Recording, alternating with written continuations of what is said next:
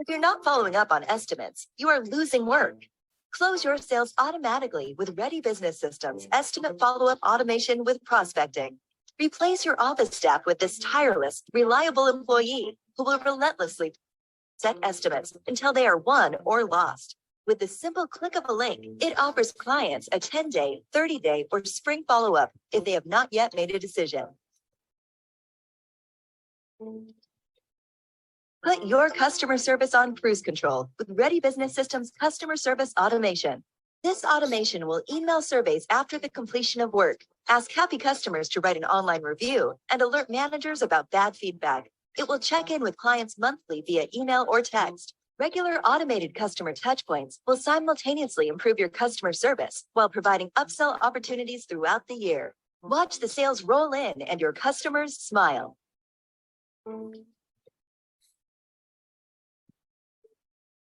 Give your office administrator superpowers with Ready Business Systems Office Automation.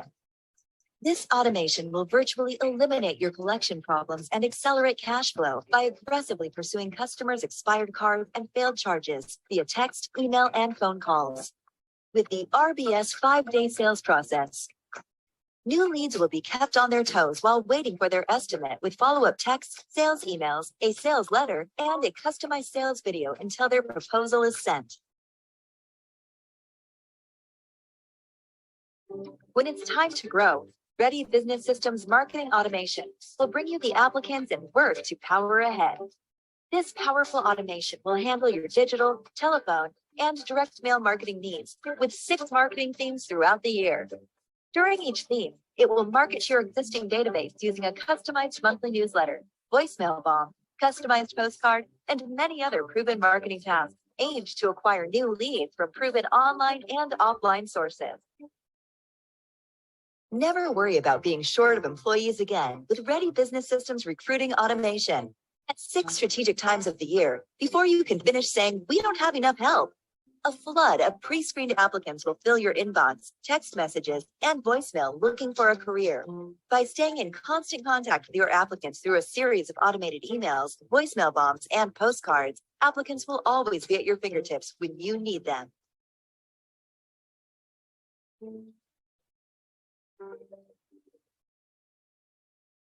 Recruiting for staff is equally as important as marketing for work. This automation will serve as the backbone to your company's HR program. It will automatically feed only best fit employees to your HR admin as to not waste anyone's time. Applications, interviews, hiring, and termination checklists, BCIs, and termination procedures are all included in this robust automation. Automate your HR and hiring processes to make sure you recruit only rock stars for your business. Mommy,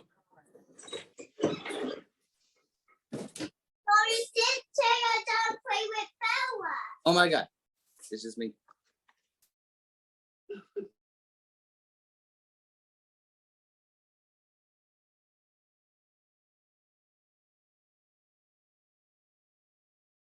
All right. Let's see.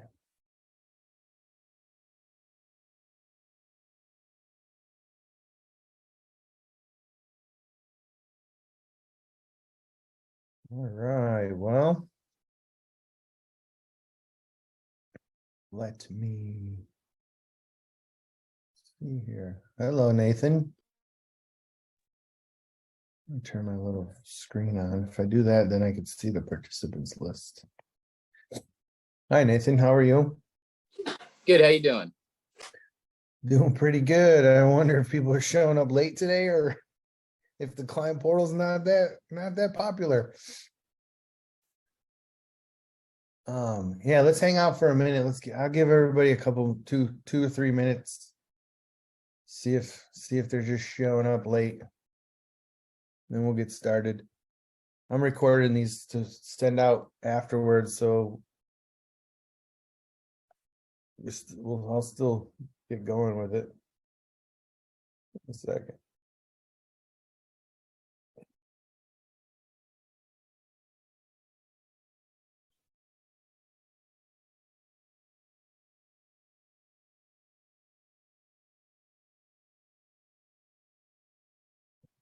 This might turn into a very, very very personal training for you, Nathan, if you're the only one here while I'm going through it. Good with me. Yeah, right? You get to ask a ton of questions and maybe we'll get very specific, so. I'll still try to keep it,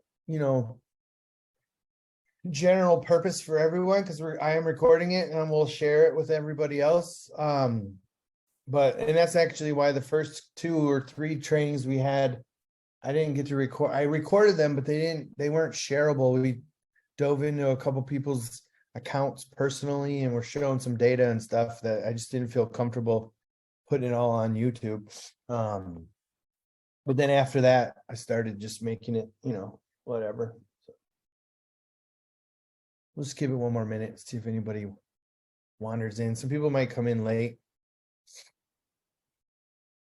They usually always do.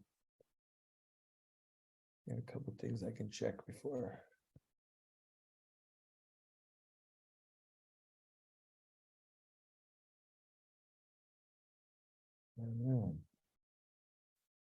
All right, well, I think we just get started and roll through. I got the outline up here for what the plan here is. We'll talk a little bit about what the client portal can do. Then we'll go through the settings, how to create a user account, look at some advanced features that could be utilized, and then I'll talk a little bit about the app that exists. A lot of people don't even know it exists. But there's an app that you can tell your clients about, and then they can log in too. I'll show you all that kind of stuff. So basically, what can it do for you, right? Does anybody, and Gabrielle, I already know your answer if you're brand new, but Nathan, do you have the client portal? Are you using it yet? Do you know anything about it? Yep, we're familiar with the client portal. We use it with our customers, and most of our customers like it quite a bit. Okay.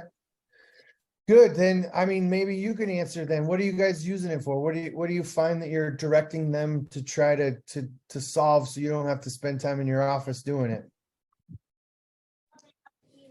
Our customers use it for service requests, viewing and paying invoices. Yeah, those are perfect. Yeah. I put down here, you could elevate your customer service by being, it's basically like having an employee available 24/7 for them to be able to go in. If they need to change their personal information, if they, like you said, if they want to request services, pause, ask to skip a service, you can set all that up, right? Do you find that it saves you time and money probably by not having to spend time on tasks? Definitely does help out. Yeah. Okay. One of the other things I mentioned here is it can help you get paid faster. You send out a pay now link or give them access. I had clients when I was using it that we were doing this one lady's leaf removal job, and before we even left, we clocked the job as finished, but we were loading up the truck, just getting ready to pull out. And I got a notification, or I happened to look somehow. I don't think I got a notification, but she had made a payment on the work that we were doing while we were there, which I had to go and adjust the invoice. And I'll talk a little bit about that, but I had to go adjust the invoice because it was an hourly job and we didn't have it all in there for the amount of time spent. But yeah, so you can definitely get paid faster. It saves you time and money, reduce office tasks, and eliminate or elevate your customer service. And when I say that, it gives you access to being able to have that available for your clients. And I think it can set you apart from, a lot of the competitors in your area. So that's the general outline. Gabrielle, you got a question? Yeah. When you guys during the presentation today, could you guys also touch on what it views like when people have a master property versus a sub account in the client portal just today while you're talking? Yeah, that's definitely part of all of this. And I'll show you I have a test account one that has one, and that's who you could see all that. So yeah, absolutely. So the first thing I generally try to go through, and I'll move this out of the way in a second, the outline, but there's not a bunch of settings, but there are some things that need to be activated and made possible. If you don't already have the client portal, then you got to get with Service Autopilot, and they have to provision the URL and everything else. You pick, I think they generally tend to do, it's usually your business name or whatever's in Service Autopilot as your business name, or I'm pretty sure you could pick it. So you probably want it something close to your business name, but knowing the link isn't as important, because you can send it, and we'll get into the advanced features, but you could send it to your clients. You can put a link to it on your website. There's a lot of different ways for people to access it without you having to know your link every single time. But it's generally pretty well, it's pretty well like your customer name, your business name, and then there's a period, and then manageservice.com or manageandpaymyaccount.com, I think is the one that Service Autopilot uses for the client accounts. The test account I have is manageservice.com. I think it might be on a different thing when we set it up. They were going to do like an early adopter program. I'm not sure that all has fully gone through entirely, to be honest. So I'm not, generally it's going to be at manageandpaymyaccount.com. If you have one and you don't know the URL, there's a couple of ways to find it. You can ask Service Autopilot and they can tell you what it would be, or you can email it to yourself, send yourself the link, and you'll see what that link is. When you click on it, it'll open up your page and you can make sure it's all working and everything. And we'll talk about that. That's one of the points that we're going to go over, is setting up the user account and going in and testing it yourself. Because I would recommend that no matter what. We always recommend you set up test accounts in your own system so that you can see what everything looks like, documents you send, all that kind of stuff. It's the same with the client portal. I want you to be able to log in and see what your customers are going to see, your clients are going to see, so that you, when they call and have questions. While I was working there, me and my team worked on a couple of user guides. Jan was one of the ladies who took the biggest lead with it, but she was a huge proponent of making a user guide that our members could send to their clients. Now, the one thing about it is it's not white label branded in a sense. It's got Service Autopilot's logo on it. It says Service Autopilot on a bunch, and it's just a PDF. So you can't customize it or anything, which again, I lobbied for, but we just never ended up changing the format, because your customers don't know who Service Autopilot is. So if you sent them an email, or a document that said, hey, here's how you use our client portal, but it's got Service Autopilot over it, they might be confused. So it's useful because I think you could take the data and make it your own, but it's got all, like I said, the Service Autopilot headings, it's got it in the footer. So it's useful, I think, to a degree, but it may be more useful for you to take the information and copy it over if you wanted to into your own document. And that's available in the Help Center. I can show you how to get to that later when we go through some of the advanced features. I'll talk about that. But aside from getting it set up and getting it on, there are some, and I'm gonna move this out of my way now. There are some settings in the user roles and rights that need to be activated. There's only, I think it's only 2. So if you go to the gear icon and go down to user roles and rights and type on it, I'm just going to look at the owner role for right now. It's under, sorry.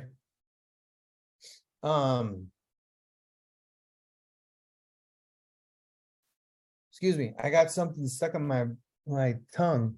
I was eating some pineapple. It's under CRM. There's 2 settings. And if you're ever looking for settings, and I'm just going to give this as kind of a tip and a trick, you could hit Command F on or Control F on your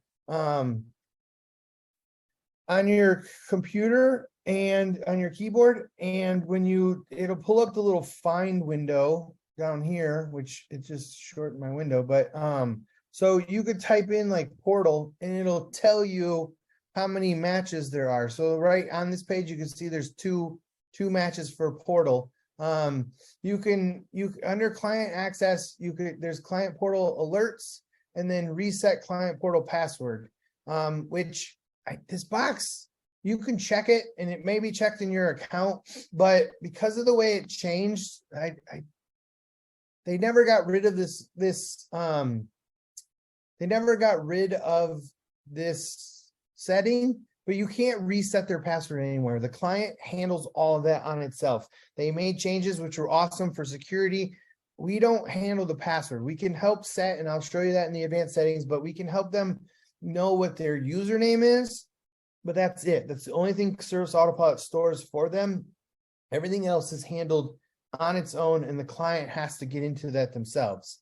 Those are the only two places, and if we want to go through the pages, we can look and see, but there's none in CRM, there's none in scheduling, none in scheduling or home, there's none in accounting, and I believe nothing in mobile either. Yeah, no. So those are the only two settings that you can turn on is client portal ticket alerts, and that's for that role, and then they could be selected, and I'll show you how to get there. So there's not a lot to do in the settings. The biggest area, in the user roles and rights, the biggest area you're going to see when you click the gear icon is right at the top. There's a section that says client portal settings. So we'll just go through these real quick and then kind of get into the heart of what this looks like. The display name is literally, you could put in whatever you want.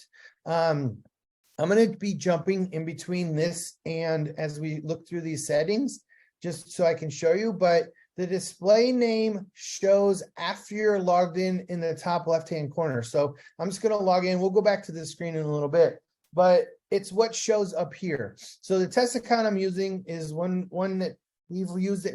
I use it Service Autopilot on. Everybody at Service Autopilot used it because we had a bunch of stuff in it, but it was Joe's Pest Control. Well, right now I have no name in there saved at all. So it's going to default to your company name. If you wanted to show something else, you could type that in and you could say something like this shows here. When you hit save, if you go back to that client portal and look at it, even if you refresh the screen, it's not going to change anything. You have to log out and then log back in, and then that information up here changes. So if you're ever doing anything in the client portal and you've made changes, you refresh the screen and it's not showing up, you have to log out and log back in. Like the refresh isn't enough of a trigger to prompt the thing to start back over. So you have to log out and log back in. Then it'll put in there wherever you have. Sorry, I think I got the last piece. Sorry, pineapple, man, it was stuck in my tooth. Whatever's typed here, or again, if it's blank, you'll have your company name. So I'm gonna blank that back out. I'm gonna log out. I'm gonna log back in, and you'll see here it's back to Joe's Pest Control. So whatever you have in your company settings for your client name, your business name is what's going to show in there. So the display name here is what's gonna go. Where did that little the image of the Joe's Pest Control, you hit that, where did you import that into? Yeah, I will, that was coming up next, but that is in your company logos section here, but great question, because we'll just cover it now. When you're in the settings area, if you go to company logos, there's 3 places, and this is probably the only one that I would recommend you use, to be honest with you. The admin logo, because of the way it gets shaped and sized, it gets added as a merge tag, and it can be at weird places. Your estimate logo is the same way. I would recommend you use the document editor, and add images that way, because then you can manipulate the image. You could do more with it than just add a merge tag.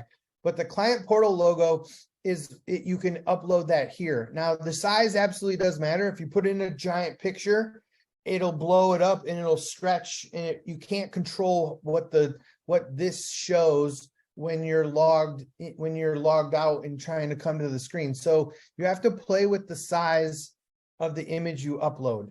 I could probably look to see, I don't know if I have this image anywhere saved, because this is,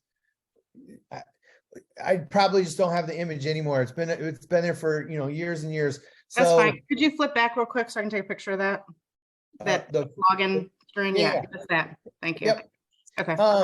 And so you just have to be careful of playing with the size to make sure that the size fits and it fits into the kind of personalization of what you want it to look like. Because if I loaded this picture in there, it would be big like that at the top of this, and it pushes down the welcome. So you got to pick the right size.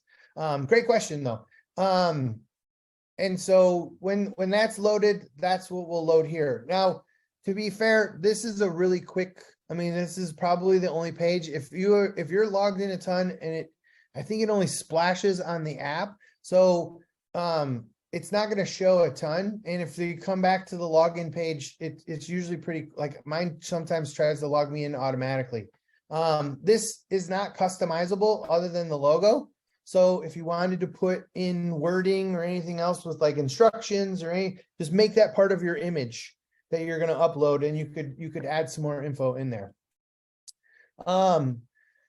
The other settings that come in here are at the top are your Facebook, your Twitter, and your LinkedIn handles. So if you put those in here, and they have the placeholder text for Service Autopilot in there, it's not going to fill with that. So you have to type something in. And if you type in something, then when you log in, so I'm just going to put something, just type in anything and hit save. The other hard part there is every time you hit save, it closes. So you have to open it back up if you want to get back to it. But now when I log in, it'll have, well, probably because they're not real. Okay, maybe because they're not authenticatable, but yeah, I gotta check. Let me see. Uh-oh. I just closed it. Sorry. Let me log back in. Okay, the page wasn't refreshed, I guess, or something. But when you have something in those fields, so if you don't use insert LinkedIn, then don't put anything in there, and this icon won't show up. If you don't use Twitter, then don't put it in. If you don't use Facebook, if you don't use any of those three, you can't add any of the other Instagram, TikTok. You can't change what shows here.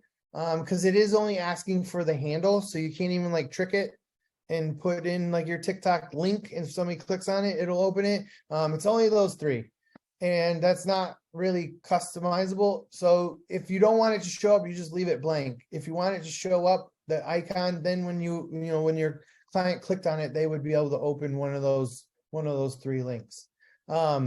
Again, you could easily just blank them out. I'm just clicking in here and clicking it all and deleting it. And then when I would save it, log back in, log out and log back in, which we'll be doing a ton today. Then they disappear and they're gone. The next setting is the custom fields, and it gives you a drop down and you can select or uncheck any of the ones you want. Now, these are the ones that your client, your customers are going to see as fields that they can edit and change themselves inside the client portal.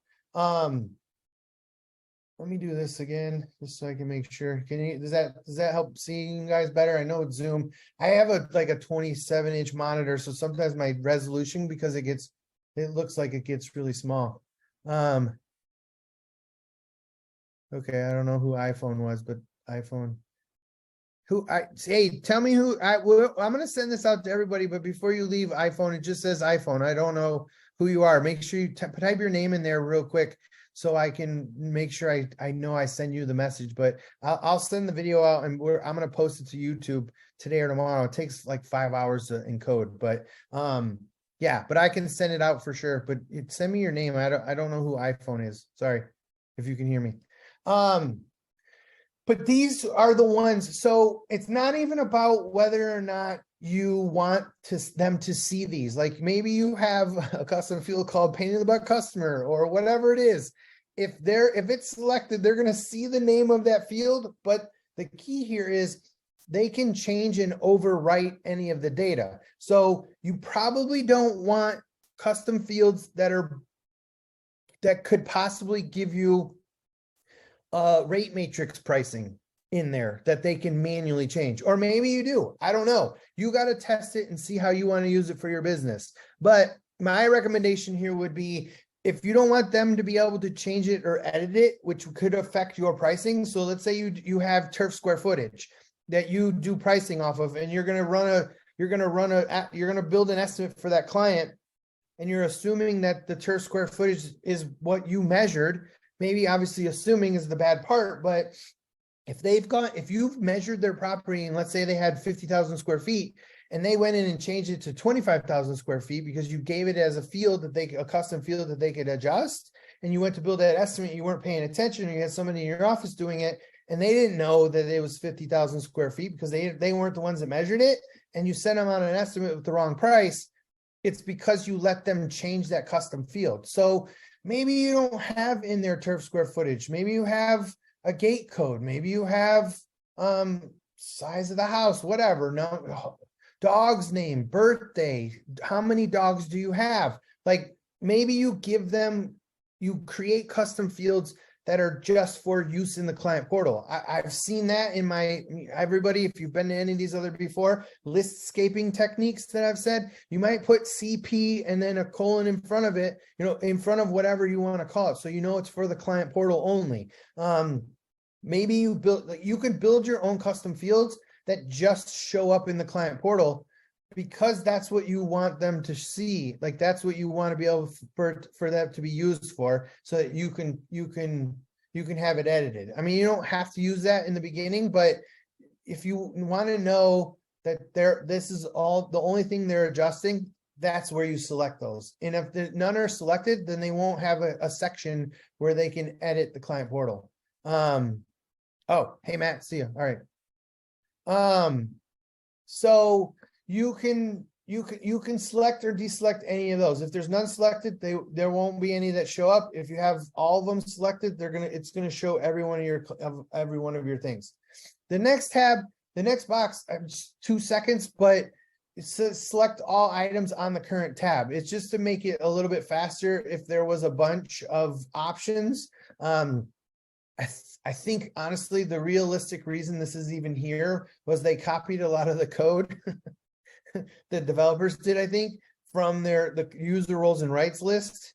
And it made that one had, because there were so many selections, you could click it and it would just select them all and you didn't have to scroll or do anything. And I think they just did it because it was easy to add in and you could click it, because it's not like any one of these tabs has more than a couple of choices. And I'm not sure why you would just want to blanket click all of them without looking at them. So this just selects them all or deselects all the ones from the current tab. So if you click it, which in fact, now that I'm testing, maybe because they're all checked already. Yeah, they were all checked. So it won't uncheck them all. It just selects them all. I don't know that I've ever pressed that like that without them being all selected. So yeah, it won't do anything if they're already all selected. But if none of them are selected, like if you turn some off and you click it, it selects them all. Except add tips now. All right, so there's 4 tabs here: billing, services, tickets, and alerts. We'll go through each of these and talk about what they do, and then we'll move on to the next part. So enable client portal autopay. And you might wonder if this does anything specifically other than it gives people the option to sign up for autopay, quote unquote autopay. It's sort of a default way of saying, hey, you put your card on file, we're going to charge it automatically. Now, Service Autopilot isn't autopilot in that sense. Like, it won't charge your credit cards automatically. You still have to go and manually click a button, like a couple of buttons, but it's super fast. You can bulk charge them super quick, but you can't have it done automatically. But with this box checked, you can give them that option to opt into it. So it's sort of,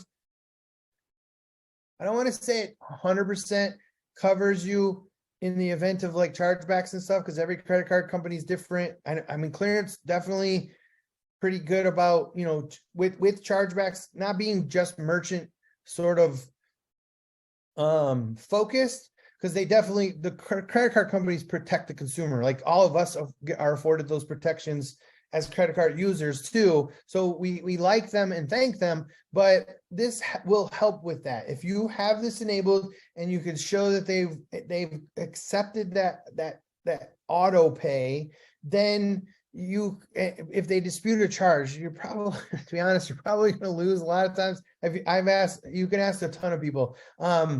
I don't know that this would be the only setting that would keep you from losing it, but it definitely gives you the right. And when you talk to your clients about it and put it in your estimate documents that we are going to auto charge, make sure you accept the auto pay option in our client portal. If you're using that, just make sure that's part of your documentation and you're writing to them, and that'll help with that kind of stuff. So there is some functionality that happens when this is selected. And if they do select it, it changes their payment method to one of the credit cards, and it gets rid of the check method. And so that's what triggers inside Service Autopilot. And I'm not going to go into the whole invoicing and how all that stuff works, but that's how Service Autopilot says it shows up in the invoices to charge tab is the payment type is set to one of the credit cards. It won't show in the invoices to charge tab if it's set to check. Now, that doesn't mean you can't charge a card if it's set to check, but that's how you charge cards in bulk, is from the invoices to charge tab. You can allow clients to update or remove card on file. And again, this was a huge ask. I know I personally asked probably close to 50 times that they would split these two roles into, like, this one role into two roles, because you probably want to have this on so your clients can update their credit card, but you probably don't want to allow them very easily to remove their credit card. So having both of these together makes it a little bit difficult, because if you want them to be able to go in and update it, which you absolutely should, because then you can just send them a link to the client portal and say, go update your information. That's good, but removing it means they can turn it off. Now, I will say over here, there is an alert that could be triggered when they remove it. So you'll know, but it's not always great. We do have automations, RBS does. They're available to anybody that can build them, but there is a trigger that the credit card is updated. That is a trigger. And so if the credit card gets updated either manually by you in the office or here, you can trigger automations based on that. So you could notify your office if somebody was in a past due sequence, or they were in a late sequence, or you're waiting to schedule services. When the credit card gets updated here in the client portal, or manually or through the form, this still updates if you have this on, and you can allow clients to update their credit card. Again, you may not want them to remove it, but in order for them to update it, you got to have this on. The next one is allowing clients to view and make prepayments. This option, and I'll show you inside the thing, when you go to the billing tab, up here at the top, there is a little blue link which again, we asked, could we make it another button that looks similar to this one, maybe a different color?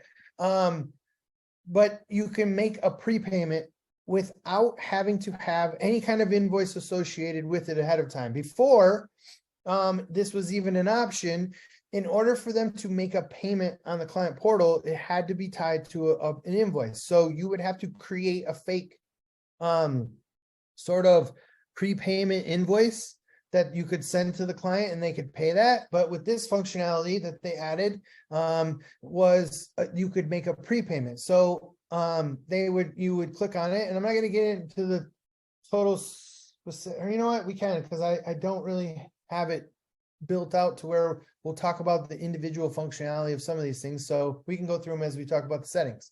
But you can enter in an amount and then use a credit card or debit card. Or if you have ACH, they can pay with a checking account. And then you click the button to prepay, and it comes through as a prepayment on the account. And that would show, let me see if I have one. Yeah, so there's payments in here, check, credit, applied. Yeah, down here, sorry. These were made as prepayments on this account. Well, these are set as check, but they would look the same way.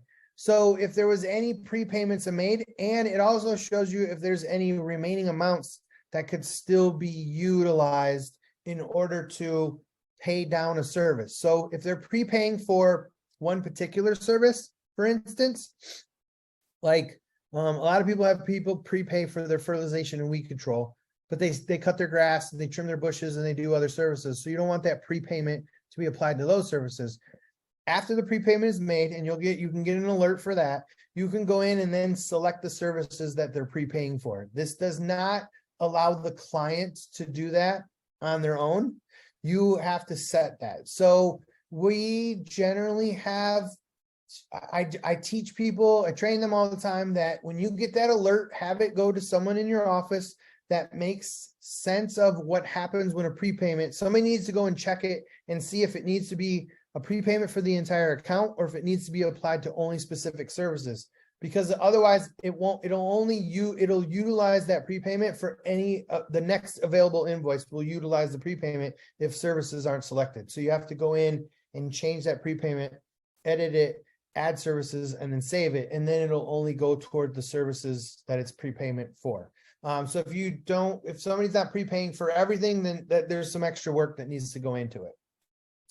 But you could turn that functionality off if you don't want prepayments. Now, the only time I would say you might want that off and not have prepayments is if you don't take deposits on things, or if you don't take, if you're not taking prepayments, then turn it off.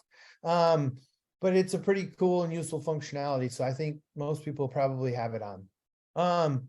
Card max payment amount. Now, this is sort of I don't know, I guess you have to decide and have your belief of what it is.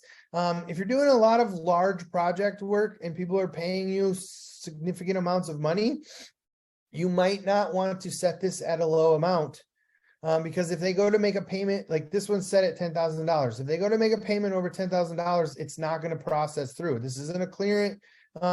This isn't a clearance thing. This is a setting that you manually set. Now, the reason this is in here is because let's say your customer is going to pay $100, right? And they type in 100 and they think they hit the period, but they hit 00 and they're trying to pay $10,000. And you don't ever have over $1,000 charge. Let's say you do regular, you charge daily, and your things are all $100 or less, or a couple $100 or less. So you could set this at 1,000 so that no one ever pays you over $1,000 in the client portal. You could still take payments. They can call you over the phone. You could still manually enter in credit card charges that are over $1,000, but this could protect you. I had a friend of mine, a guy that I use, one of his clients went in and paid their $100 invoice, but typed in, they thought they hit the period, but typed in 00. So they paid $10,000 and their card got charged. Well, they immediately tried to issue, like they didn't catch it right away. So then he issued a refund. And if you're not clear on how that works with credit card processing, they charge you both ways, the fees both ways.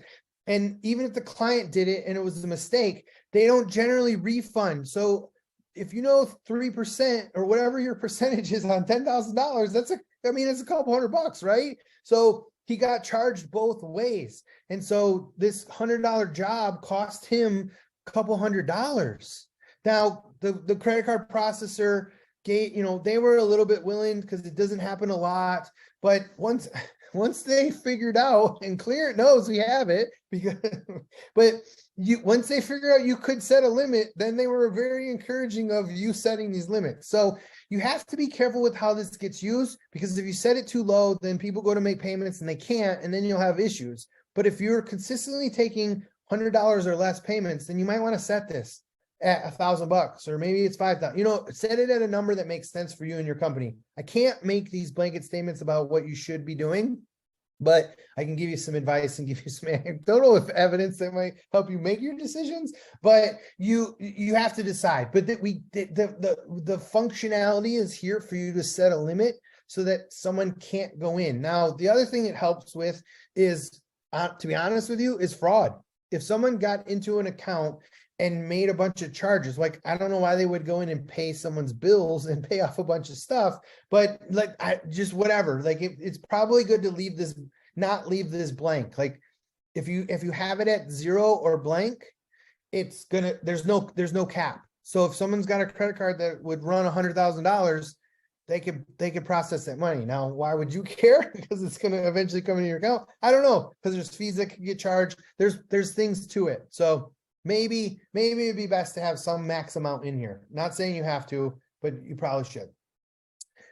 The next one is view billing history. Now, this one again becomes a little bit tricky because when you click on the billing tab inside the client portal, again, I'm bouncing back and forth, I know, but this is where it's going to show your transaction history. Now, it'll show open and unpaid invoices up here, but the billing history needs to be shown to see all of the history, payments, credits, checks, all the other stuff.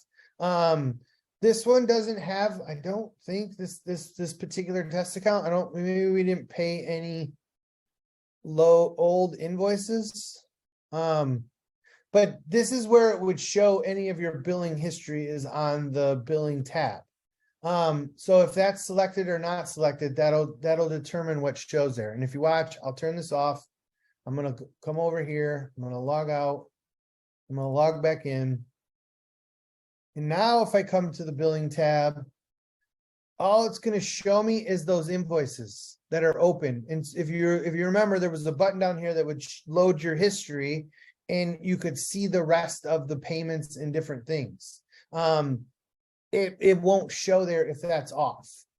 And so you can test a lot of this stuff by turning it on, turning it off, and logging out, and logging back in and seeing what it does.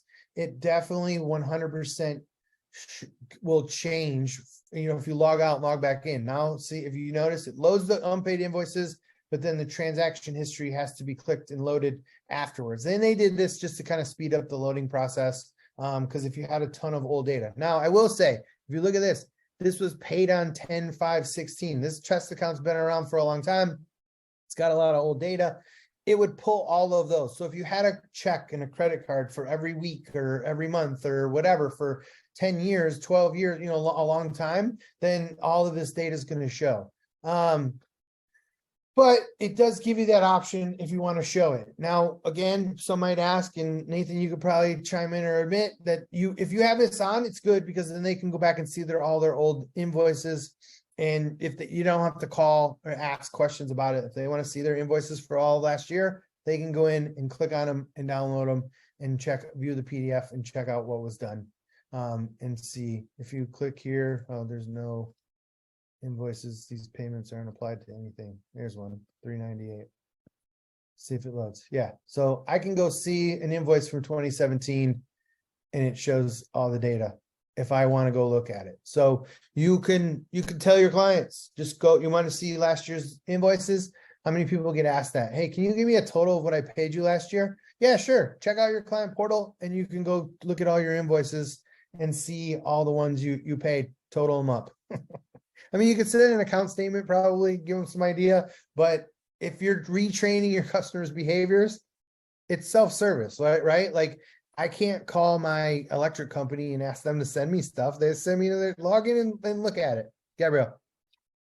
For our route clients, where we might do like 52 cleanings a year, if we cancel a service or skip a service, is that showing up in their log? And if so, how? Yeah, we're going to get to services here in a second. That's the next step. But there is some functionality with how that shows and not shows, and I'm going to give you a caution with that one. So let me finish up this last one. The last one here is new, and you can add a tip if you want to allow it. Now, that being said, you have to click on this here to add tips. So this box needs to be checked, but you also have to go back to the settings area and go to the invoice customization area, which again, I know this isn't very clear. It's probably not getting utilized. It's probably not something that people are catching a ton. Because you have to also have this checkbox that says allow clients to tip turned on here. Again, I don't know. I don't have the answers to these questions anymore. why it was stuck between two places where you have to have both of them turned on in order for it to work. But if that is the case, then when someone goes to pay an invoice, so I'm going to uncheck all of these and I'm just going to check one and I'm going to go to proceed to pay. It says, would you like to leave a tip? And it gives you tip options based on a couple of set percentages, or you could put in the customer could put in a custom amount. And then when they pay it, it adds it as a tip line item to the invoice and you could add it on. Now, if you Where don't does want that to allow tipping, what's that? Where does that go then?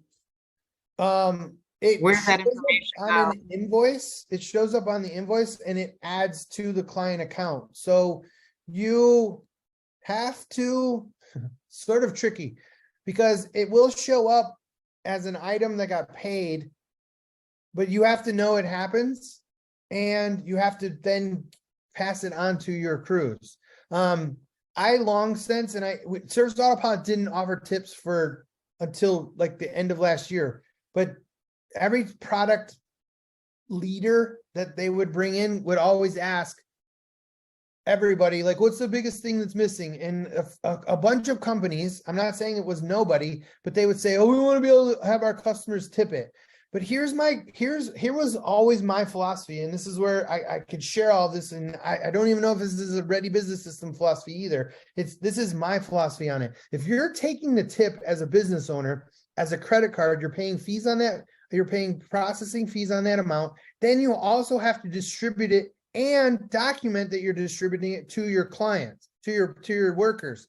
It sort of eliminates the anonymity of a tip, right? Like if while your guys are out cleaning, their customer hands them $20, they're gonna pocket that $20 or split it for the crew or whatever. And I'm not advocating for tax fraud, but no one knows about that.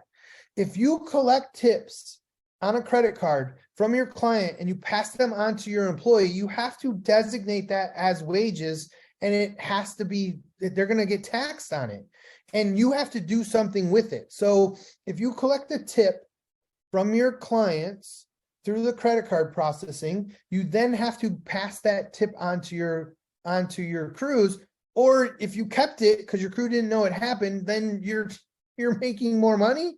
But it seems really dishonest to me. Like, they're trying to tip your crew. Now, if you're a single operator and you're out there in the truck or doing whatever yourself and they're tipping you, that's a whole nother story. But if you're collecting tips and you're not giving them to your crews, then that to me is not being very honest, right? And so there's some complexities I love the fact that they allow it and they give people the choice. I personally would never have this on to allow my clients. I used to not even like it when they would, at the end of the year, if your client sends the check or whatever, and they're like, hey, here's an extra $50 for your crew or whatever. You have to do something with that. You have to, otherwise their account has a $50 credit, which would then could be utilized later, or it balances off all your numbers. Well, tips has that potential too. It does show up as a line item on the invoice when it gets added. So the invoice doesn't show as having money, that needs to be something done with it, but you have to do something with it. You should be doing something with that money. So allow tips or don't, but you have to turn it on in a couple of places, and that's where it gets added when they go to add or pay the invoice. Now, if they have multiple selected invoices and they go to proceed to pay, that tip amount is going to factor in all of that. And here's the other complexity that I was asked about when I worked there, but it never got considered, is if these invoices are for separate jobs and for separate crews, this is just totaling it. It doesn't break it down per invoice. So if a customer comes in and paid all 10 of these invoices and put a tip of $148, but all 10 of those invoices were done by different crews, how do you pick as the business owner who got, like, does the crew that did $224, do they get most of that tip?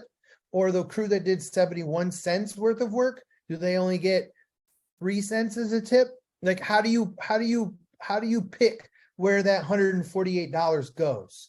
But when you click on that, it adds it to the total, and there is a remove button. So if you click it on accident or do anything with it, if you just leave it blank, it won't do anything. So there's some complexities with there's just the tip philosophy in general for a service-based business. If you have employees, and the owners collecting the money, there's some philosophy there, but even in the functionality, there's some complexities with how it functions inside the system because of limitations in how they added it and how they do it. You can't apply them individually other than if you went through and paid them. And these invoices generally don't very clearly distinguish who did what work. The customer would have to know that. And I would make the argument easily that they don't ever know. So yeah, Deborah. So is that something in reports that on a payroll period, we can pull a report that shows tips? And I'm just trying to, I'm asking, where are we going to see a trigger or an alert that tips were generated so that we can allocate those to the correct crew? No clue. Honestly, I never used it. So this functionality came out after I had any Okay. like, So personal that's experience with it. so So that's I don't know the best way to answer that question. I probably need to play with it more to see. I just know how it works. The functionality of where it goes. I know it shows on an invoice. So you could look for, so let me just thinking through this because it's a really great question. It really is. But if you typed in line item, I think it comes through as tip. Let me see if, yeah, that's the hard part with a test account. I don't have the test data. But you could filter your invoices by line item and tip. I would be willing to bet almost 100% that it's not a field in the report center, because the report center is very limited by what's in there. And that's probably not a data point. I don't think that's gotten added. Maybe they thought about that when they did it.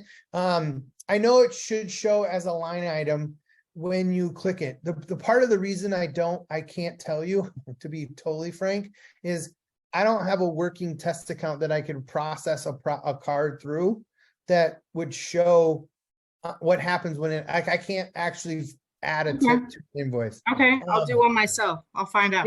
Yeah, try it out and see. And if Tip you have an myself. answer, share me, right? Test it with yourself. But that understanding that and knowing that will help you make that decision on whether or not to use it. So that's a really great point and great question. So, all right. So that's billing. Any other questions there? I know it's just a couple of us here, so it's hard to kind of put questions on people, but any other questions there? All right. Services are next. This is where I've had a little bit of complexity explaining to people very accurately because of the way the functionality works. So if you're on the front of, and let me talk about the settings first, and then we'll talk about what my questionings and thinkings are here. So there's three options here. It's view service history, view upcoming services, and allow clients to view paused services. The clients will be able to see the text you enter into the pause reason field. So be careful to only enter information that you want your clients to see. We pushed really hard when they were releasing the client portal and talking about this to add that, because a lot of times people will put in their pause for like non-payment and they'll put in something derogatory or whatever, or there was too much dog poop in the backyard, or whatever the reason is. The client's going to see your pause reason when you select that option to pause a service. I'm going to move to another page here and show you on because I don't know if Bill has any pause services right now. So let me see if Bill has any. I'll just double check if he has any pause services, because then we could see one. So you can only pause weekly services, or I mean like recurring services. So some of these don't give you the option. Wasn't trying to click on that, sorry. But you won't see the option. If you hover over the more button and go to pause. So I'm not going to make it, I won't, let me just add a quick recurring service to his job so we can pause it. Add a recurring job. We'll just put him on a weekly. Today's Tuesday, so give him weekly. We'll give him another long mowing service. We'll just save it. Oh, start date. Sorry.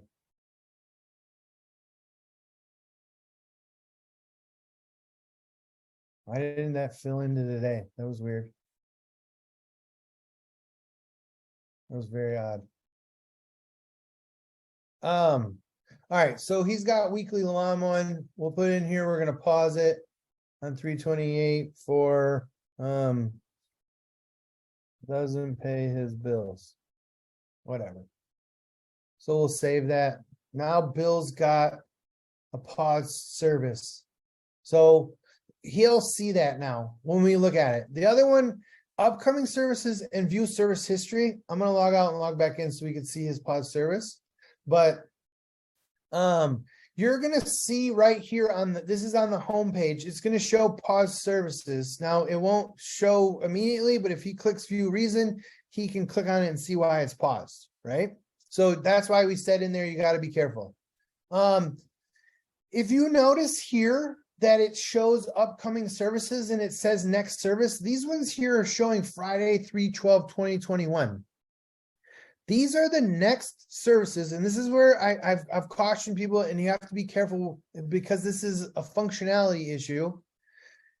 It will show their next available pending service.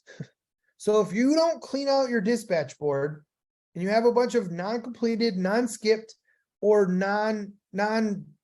if you have old pending services, that's the date it's going to look for. Again, I asked and begged for them to say this upcoming section in here or over here where it shows the upcoming services. I begged and asked for them to only show ones that are in the future. Eliminate anything from the past and say, I don't want to keep access to that. I don't want to show you old, like, not completed, non in the future upcoming services, because this one's saying the next available one for this landscape maintenance job is in 2021. But this client has a weekly upcoming service, and when you click on it, it tells you, in fact, if it loads, and it's not going to, it makes a liar out of me, but it would show that he's got upcoming services. Oh, you know what? I probably don't have any, I don't have any master schedules probably renewed through 2023. So there, it's not going to actually show you the next upcoming service if you don't have a clean dispatch board. So if you're going to use these, and especially service history, the ticket one's the worst, but if you have a whole list of a bunch of old services, they would be able to see that when you visited. Now, the idea for why you want them to see it, 100% useful, and I think it's a great idea. It's just there would be a giant list of all of the old services that you provided, and if you're doing weekly services, then it becomes very, very hard. The other part is if you do a lot of packages and you're putting them on waiting lists, it doesn't factor in those. This is looking at upcoming services are pending status on the dispatch board. It's not showing wait list jobs for packages. You know what? Yeah. And so it's just showing services. So you can play with those settings there and see how you like them. Again, the paused one on the services page shows this. Some services are paused. You can view more to see why. Doesn't pay his bills. If that wasn't there, so if I unpause this service, so if I restart it, click OK, and I log out and log back in, now Bill will see his upcoming services. And again, this next services show on Thursday. I feel like this card at the front, Friday, Thursday, doesn't really tell you anything. It doesn't even tell you what service is upcoming. They have to click the services tab to see like when the next options are. And his lawn mowing isn't. If we cancel this service on the dispatch board, or we skip the service on the dispatch board, will it be reflected on here as a pending? I mean, obviously it won't show the canceled, correct? It won't show canceled services, but if it's skipped, does it reflect anything on skipped? I guess it's still outstanding if it's skipped, right? It's still sitting on the dispatch board as not completed. Where are these done? These are invoiced. And then this might be a really elementary question. Can we turn off the client portal access for specific customers? You just wouldn't give them you can't control if they know how to log in, but you just wouldn't give them the link to register and then they can't log in. Like, you don't have to send the registration link to anybody. If they stumbled upon it or found it, I think they could create their own account. But you have to send them the registration link, which auto fills a code, which we'll get to in a little bit. It's not the same. Like as if we just were going to send this out company wide and we wanted to select like our largest company that has like 30, 40 sub accounts, we don't want to confuse them. I don't know what 30 or 40 sub accounts on a client portal looks like that. Yeah. Well, turn that off for that specific customer. Yeah, you just wouldn't send it to them, and then you wouldn't register. As far as the sub accounts goes, they're just listed over here on the right. And so if there was 30 or 40 here, there would be a larger list. And when they click on that, it reloads the page with what happens then next for the billing information and the home information, the tickets and stuff. So if you're limiting it from like a service perspective of what shows, there's maybe a little bit more of control where you just don't send it to them if you don't want. And then they can get back to the primary pretty easily. It says primary in there. Does that name on the right, does that show our internal client name, or does that show the service location name from the client portal? So let's just check here. This one says it's 1408 San Saba Court, Allen, Texas. I'm pretty sure it shows. So his related property is called Bill Custom, and that didn't show any of it. This one is in as 1408, so it's showing the address. It didn't show that name. It doesn't show that name at all. It just shows the address, like the service address. Okay, that's good. That's great for us. See how the box is shortened out? Yeah, it just shows the service address. Now it might say a name in here, like where it says, here are your services, Bill. Let me see what that one shows. Well, that one just said Bill Custom. Billy O Custom. So it's just going to show the service address. Again, functionality is limited by what Service Autopilot is put into this. And so be careful with how you show these options. I would say there was never a bigger one in that than in this section, the ticket section, which is next. Because if you show view closed tickets, this will literally show all of your old closed tickets.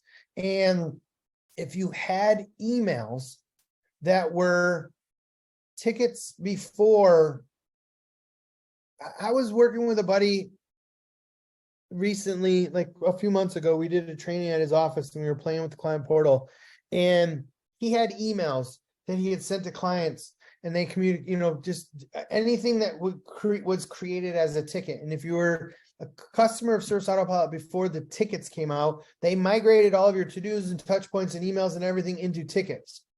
And so he had this giant list that went all the way back. And it wasn't, I want to say, I think it was sorted by ticket number, but he had this list that scrolled almost endlessly, it seemed, that just had all of these old closed tickets.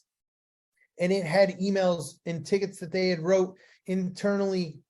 There was no rhyme or reason. We literally couldn't find why it was showing. The only thing we could do was turn it off, because it had every instance. There was no ticket category, which I'll show you in a second where it selects it. There was no instance where there was ever any kind of area where you could decide what showed in here and what didn't. And so old communications were in there. Now, if you've been a client for a long time, that's going to be an issue. If you're starting out scratch, sorry. Give me 1 second. I'm getting a message.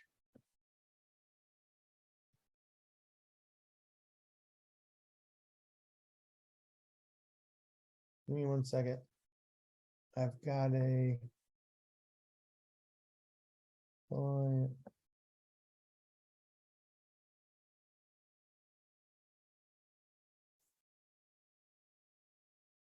Sorry, give me 1 second.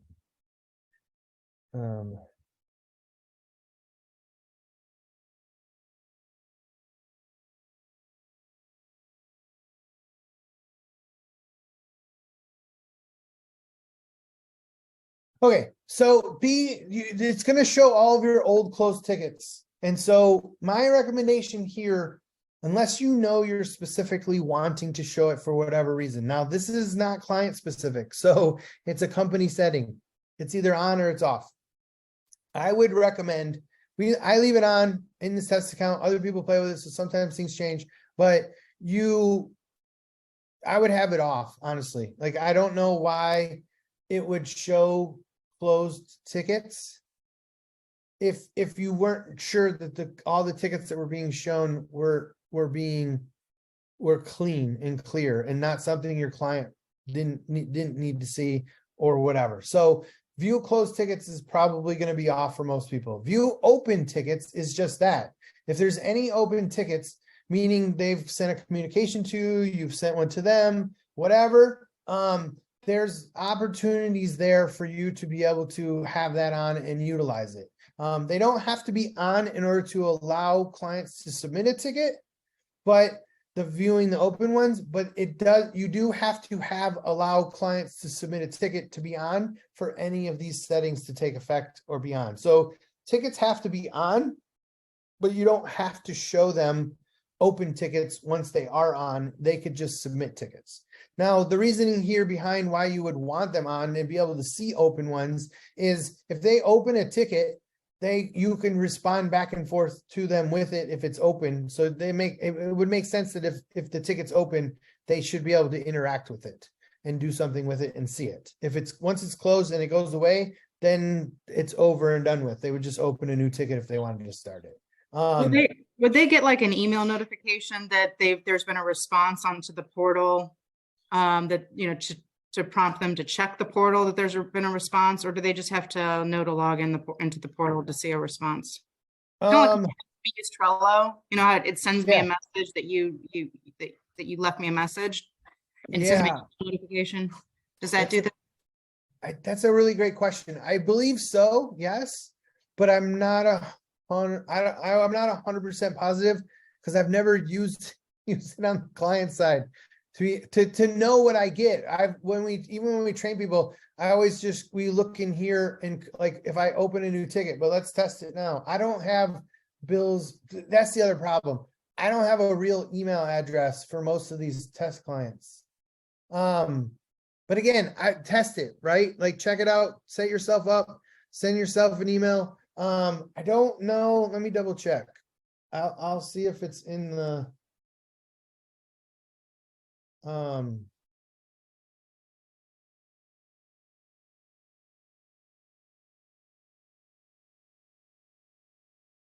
looking to see, and just so you know, I'm looking I have that, there's a client user guide for the clients. I'll just drag it over here and show you while I'm looking. I'll see if there's a ticket, a section in here. Making a payment. Seeing all jobs, viewing your account information, reset your password, which we'll talk about in a bit. Opening a ticket. Submit. No, it's not covered in here. I don't know that I ever. This is why I tell people to test it on their own too and see. At least from I don't ever experience the customer end of it to know what that interaction looks like. I'm generally training people, or we're talking about like what you do as a client, as a Service Autopilot user So I'm not sure if the end user, the actual client gets a notification or not. I don't know the direct answer. I think they might. I'll show you my account, but I know it updates in the app, so they might need to check in there, but I don't know if you get an email. I don't have any test accounts with fake emails that actually work for me. It's a really great question though. The next box is ticket assignments. So if a ticket comes in from the client portal, who does that get assigned to? And so it's got to be assigned to one person from your company. If it's not assigned to anybody, it'll come in as an unassigned ticket, and it'll fall through the cracks. So I would assign it to someone. The ticket categories that are shown to the client as an option when they create a new ticket is what's selected here. This does not, and we tested this, this does not affect what's shown to the client in the ticket history list, in the closed tickets list, because we were hoping that's what it would do, because then you could get rid of email. But if you notice in here, email is not a category that's created by default by Service Autopilot. It's not a category that you can select. And so if you want client portal only ticket options, then you would have those in here.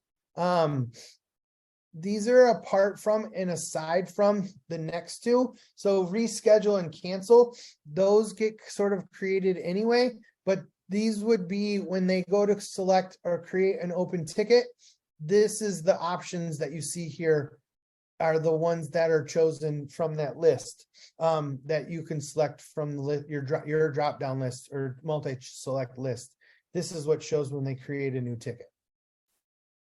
The next two are just that reschedule request category and cancel request category. They could be the same, but they could be different categories. And the reason why I think it's helpful that you can have ticket categories selected is you can create automations, and we have several for Ready Business Systems that you can create automations that happen based on a category of ticket being created. So let's say there's only one assignment that goes to Joe Morgan, but let's say cancel requests or reschedule requests need to go to, like, you want Joe to be alerted whenever or be assigned whenever there's a ticket. But if there's a certain category inside of this ticket that gets created, maybe you need an accounting person to know about it or a salesperson to know about it or whatever. You can trigger those based on the category being selected to do other automation things. Not just assign it to one person. You can have other actions happen. And reschedule and cancel automatically can get their own ticket category set when those things happen. And where they do those is on the service that says upcoming. If they want to suggest a reschedule request, now if there's no category selected here, it doesn't give them the option to do it. So if you want your clients to be able to reschedule service, you give it a ticket category. If you want them to not be able to cancel, request canceling. Now these are only requests. This will not cancel their job from the dispatch board. You still have to do something with this. It's not automated. So if you don't want them to be able to cancel it, then don't give them a cancellation reason, a category. So I'm going to change this and I'm going to save it, and I'll show you what that looks like when we log in. If you notice now, there's a button a little arrow on the calendar, and it'll give them the reschedule option. But if you watch when I log out and log back in now, because I gave a category. Sorry, tickets. I gave a category to, why is there open tickets all of a sudden? Did anybody else notice that?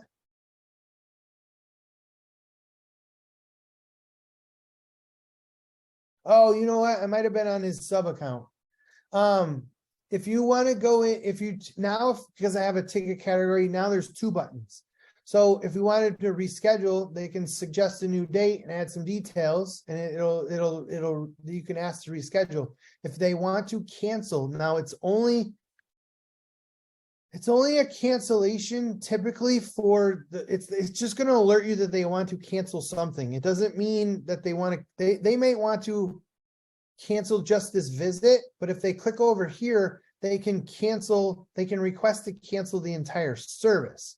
Now, all this is going to do, and I'll just click one here. So we'll do broadleaf weed control, cancel request, please cancel. So now I'm going to submit this ticket, right? For please canceling. So if I go to the open tickets, we'll see one in here that says please cancel. If you click on it, we can open it. We can say please cancel. And if I go to the back to my Joe's Pest Control account, I can go to our ticket list and I can see what that ticket looks like. And so Bill Grabley asked to cancel request a visit 3/19/2021. If you remember, when I was clicking on it, I clicked this button over here. So it's going to try to cancel this visit request, this upcoming visit. But let's say I want to cancel bug kill entirely. So I don't want this service. I can't spell. Now I'm going to submit that ticket. And if I come back here and I refresh the list, I should get 2. Now it's a cancel request entirely different because now he's trying to cancel the service. The one tricky part, and it's my mouse isn't working.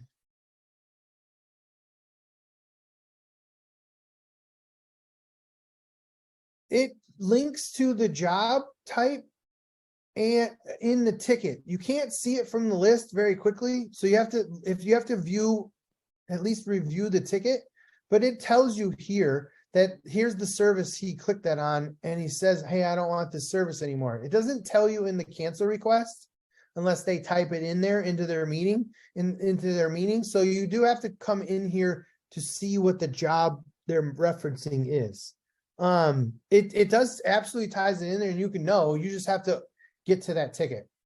And then you can go in and say, yes, I cancel it. And then you could build an automation if you wanted to, that when the service is canceled, you could send an email automatically. It says, hey, we got your, blah. There, you can automate a lot of that process. And again, if there's questions with that or whatever, then just, reach out to us and we can absolutely talk through more. This isn't an automation pitch. It really isn't. But there's a lot you could do once that ticket is closed or you cancel the service or anything like that. If I click on the one-time bug, it opens up that job in here where I can then cancel the whole service. These are the one-time visits down here, but this is the overall job and you can go through and cancel it all and get rid of it. Okay. So that's where all of those go. And if those were closed, then they would show up in here. And once the job was gone, if you logged out and logged back in, it would all come back in. All right, company client portal settings. So tickets, I think we covered everything. Again, if you don't want to give them any of those options to reschedule or cancel, then just just put it in as not specified. And then it won't give them the options on here to cancel or reschedule services. But again, I'm not sure necessarily that I would recommend you turn it off, especially the reschedule one. Because if you want people to be able to communicate to you and you want to train them to go there, then they could let you know, hey, if I want to skip this service or whatever. I wish skip was an option, but they could just reschedule it for the following week, which to me would mean canceling this visit, or just train them to say, hey, if you want to skip this week, just cancel your visit, request to be canceled. And then you would go in and take them off the schedule or have someone on your team. Gabrielle. Is there a place to be able to plant a URL code or URL link in the client portal? Like if we had like a custom form where they could click on that in the portal and it would integrate in with our system, just like you plant it on a website.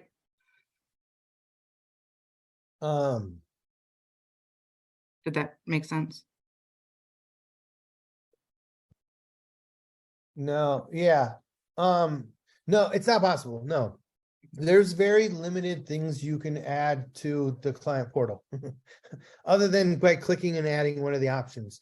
Now there's stuff you could do where when we get to the account section, where I don't think that editing the custom field would change it. That's the only place I could think is if you had a bunch of custom fields and you wanted stuff filled out here, but it's not going to do anything.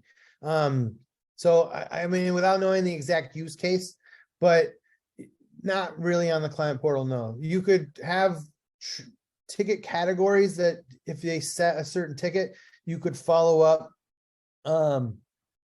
You could follow up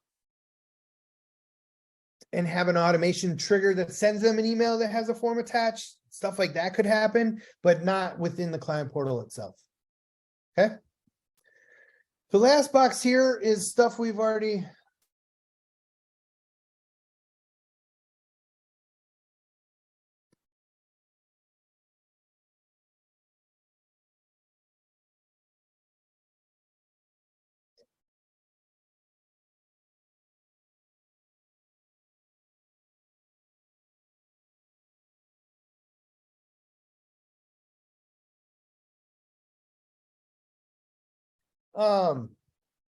The last section here is the alert resources you can select. So if alerts happen based on these next settings, then these people can be alerted. So again, maybe you want the owner or a general manager, you know, whoever needs to be alerted and these are the things that send an alert. If a client opts in and out of autopay, if a client makes a prepayment, and if the payment method was removed, you get an alerts for those three things. And these people can be selected. Now, again, it'd be nice if you could have an alert setting for each of those about who gets alerted for each of those items. Because I could easily make the argument that auto pay and prepayment and payment method removed might be a different person for all three of those that need to know that those actions happen. But unfortunately, that's not an option. So the only options you have are selecting who gets alerted when any of these actions happen, when any of these things occur. So you could select that. And I like the fact that I don't think it was an option at first. You could only pick one person, but they changed it to a checkbox box, you know, a checkbox option. So you can have multiple people be selected or notified or alerted. And those alerts will come up here. So you would see those up here. Again, we could build automations around a lot of the other functionalities and things that happen in here that you might need to know about. So there's stuff you could do outside of just sending alerts. But that's the bulk of it. All right. So that's the biggest chunk of client portal settings. Let me grab my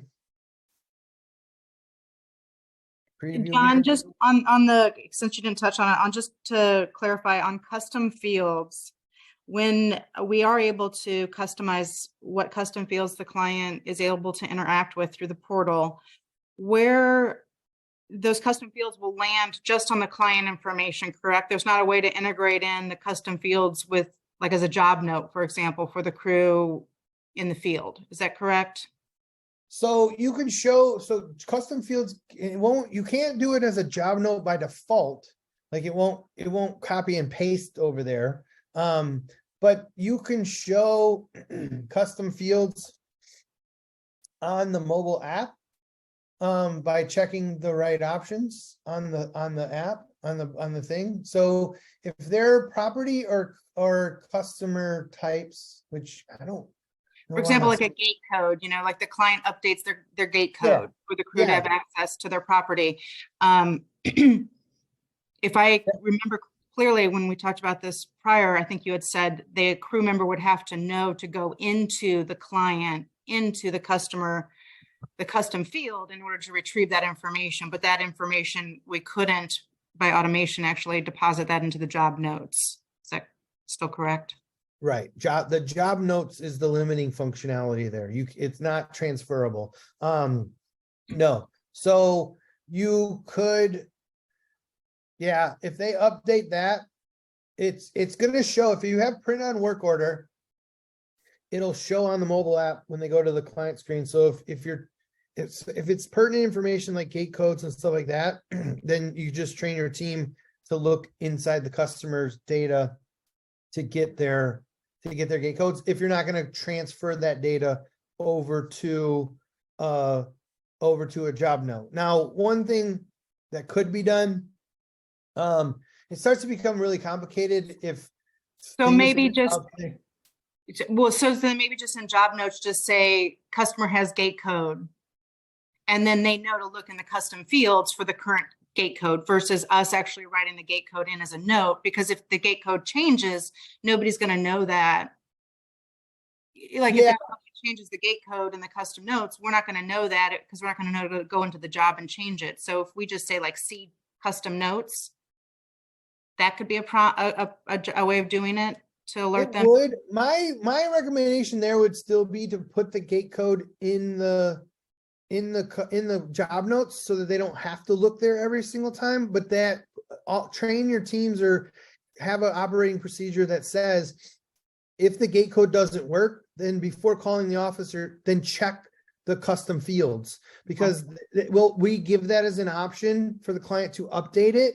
And if they do update the gate code, this is where it would be this would be where the most current data would be. And that's where we're going to check it from the office anyway, is we're going to go to the custom fields and check this box. So that would be my recommendation. And then if there is, then make a job note or a job comment that says, hey, the gate code changed. Can we update the job notes for the future? And then you would know because it didn't work.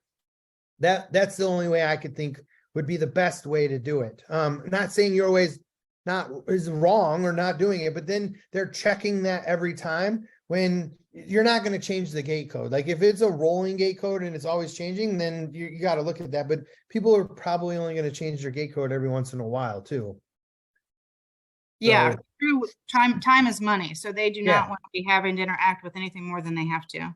No, I would just have it there and then just tell them, hey, if this gate code doesn't work, double check their custom field notes inside the client information. And then if it's different, then try that gate code, because that one should be the most current. Because again, if they call the office and they're like, hey, this gate code doesn't work, you're just going to go to the client screen and look at their custom field and see what's in there and give them that information anyway, because you're not going to have it anywhere else that it's going to get filled out. So that's a great question. But I would say that now inside the custom field, it does need to show print on work order in order for it to show up on the mobile device for the user to see it, your technician or the field guy to see it anyway. Okay. All right.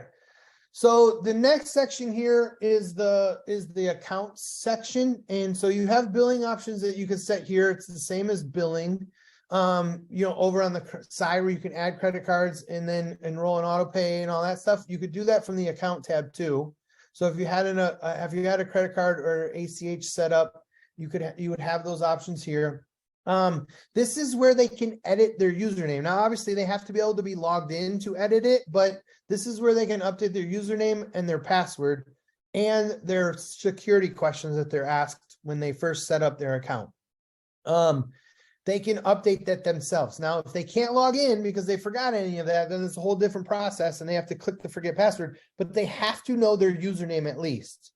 Then the additional information, these fields aren't, these you can let them update like automatically. I don't know if there's any way to turn this part off, but they can change their email, cell phone, home phone, work phone, or other phone by clicking this button. And when they enter this in, this updates and changes.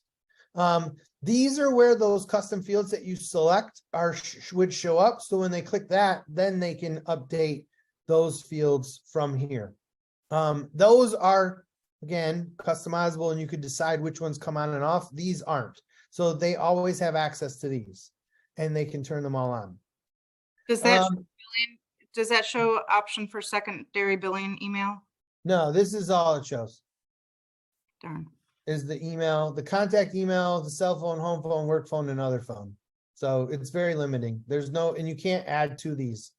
You could add a custom field if there was some other one you needed like them to be able to add, but this only changes the main contact emails. Again, limitations. And I don't expect them at any point to make too many changes. I know the last I heard there might be adding, like you can request estimates. But some of the functionality here, just there isn't like, I don't expect them to come out with a bunch of new release stuff for any of this anytime soon. So this is kind of what it's limited to. There are a couple other buttons up here that you could click to initiate, open a ticket, phone call, send an email. This opens a ticket down here at the bottom corner. If you don't have allow submitting tickets on, then it still will send your company. If they click one of these, I haven't tested this again just to make sure, but they would still be able to send a message. It just won't create a ticket. It'll send an email to your company email. And so they can still get in contact with you, but it won't create a ticket inside your Service Autopilot and send you anything. Okay. So the next part, I was going to drag over my thing. We got about 30 minutes left. And so the things I'll cover are, actually, before I switch out, I'm going to show you the Manage Service app. So there is, sorry, I'm trying to load this up. Where's my screen? Here we go. There is this app, and I'll show you my little screen. You can see this now. You see my iPhone screen on the screen? There's an app called SA Managed Service. And if you have them search the Play Store, the Google Play Store, or the Apple App Store, they can find it by typing in SA Managed Service. You can get to it by typing Managed Service, but I think it's the second option or whatever. But the SA Managed Service, and it has this little truck logo. This is the client facing thing, and it really is just, and mine's going to try to log in. I don't know if you noticed really quickly, it splashes the logo, so you don't really see it. It's kind of generic at the load screen. What's there? You need a username and password. If you've used biometric or anything like that, it'll try to auto log in, but it's pretty much just a mobile friendly version of this screen here. So this is the home page. If you want to see property, and this is where you'll see their name. So see where it says Bill Custom here. On the app, you can see more details. So you won't just see the service address, you see that name in here.